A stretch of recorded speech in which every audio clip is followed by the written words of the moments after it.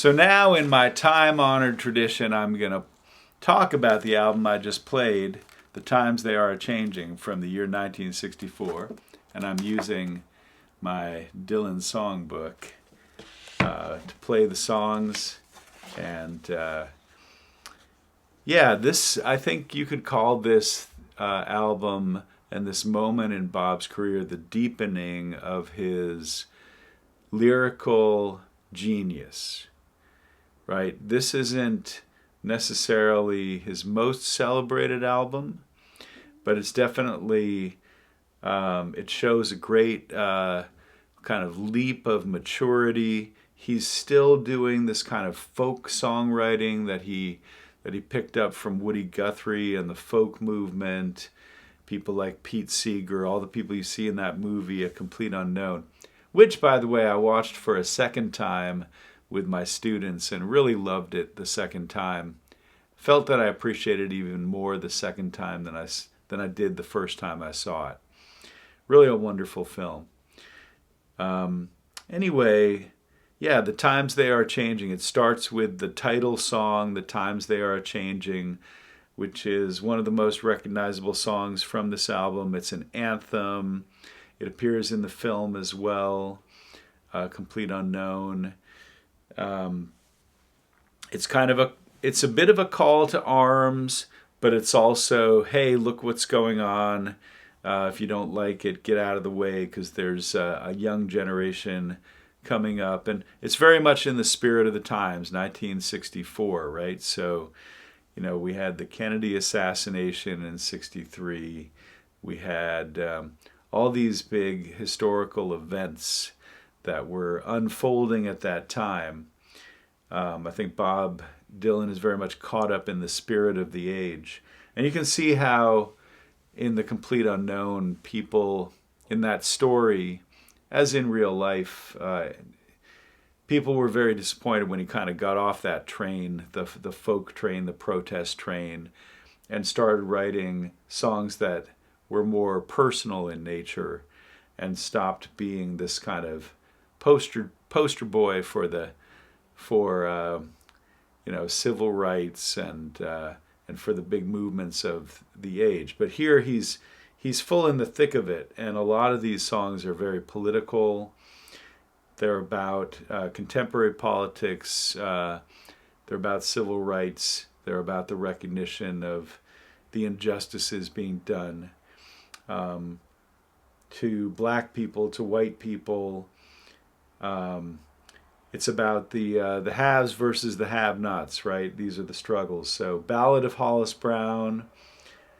Ballad of Hollis Brown is the second song. It's kind of a folky song about a farmer whose luck has turned and who feels, I guess he has no choice but to kill himself and his family. It's a really devastating story. With an ironic sort of message at the very end. So Ballad of Hollis Brown. With God on Our Side is a very, I guess, Bob Dylan's famous sense of humor really comes out in this song. Whoops, my guitar is playing tricks on me. Let's just rest it there. So this is a kind of sardonic and a bit tongue-in-cheek kind of history of America. Like it's kind of it's about America's dark side, right? Again, the injustices, the wars that were fought, the people who paid the price for the rise of America, including the indigenous people. It's not just about American history; it's about world history. He sings about World War II, the murder of 6 million Jews in the ovens they fried. I mean, it's a very dark song, but he keeps up a kind of a sense of humor in the refrain and throughout the song. Kind of reminds me of the song Dear God by XTC in a way. Um, then there's One Too Many Mornings, which is, I guess, a little bit more of a bluesy song. Um, I'm one too many mornings from the crossroads of my doorstep. It's got a bit of a Robert Johnson vibe, the lyrics at least, about kind of a wanderer, restless, hungry wanderer. So it's a good song. North Country Blues, again, kind of a political song about a mining town, and kind of reminds me in a way of the second season of Severance, if you've seen that show. How an old like factory town or a mining town pays a heavy price, and the people who lived in the town pay a steep price for kind of just being there and being part of this system and this economy and so on, and sacrificing their lives and so forth. So yeah, another dark song. This album is a dark toned album altogether. There's really no happy-go-lucky song on this album. Maybe the One Too Many Mornings is the closest we get so far. And then Only a Pawn in Their Game, Medgar Evers, the civil rights activist. So again, this is very political, very spot on in terms of what was going on in national politics at that time and in the history of the country. So another rather dark and sardonic tune by a young Bob Dylan. Boots of Spanish Leather then kind of changes the tone of the album because it's more of almost like a sea chanty kind of, it's a song about a lover sailing out to sea, and it's kind of meant to be like a duet back and forth, each verse trading off of verses. A really beautiful song, one of my favorites from this album. Not only lyrically, but also the tune itself. The way he starts out with E minor, but it's an E minor ninth, and it just has this kind of very melancholy flavor to the song. Wistful, melancholy song about two lovers parting. When the Ship Comes In is, I guess, one of the more sort of upbeat songs in the on the album. When the Ship Comes In, it's about, you just had a song about somebody sailing away on a ship to distant lands or distant oceans. Now you have a ship coming in, and what is this ship, this mysterious ship and what is it bringing? And this is a really fun song, and again, one of my favorites from this album. This is definitely a song that I plan to play again and again.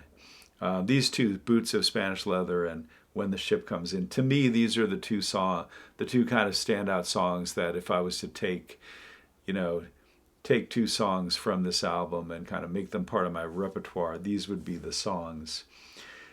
So it's no coincidence, I suppose, that Timothée Chalamet has made When the Ship Comes In part of his repertoire as he goes out and promotes his movie and sings Bob Dylan songs. It's a very jaunty song with great lyrics, and then we have another dark, sad song, maybe the saddest. Well, God, they're all sad. I mean, can you say this is the saddest? Hard to say, but it's another song about injustice. The Lonesome Death of Hattie Carroll.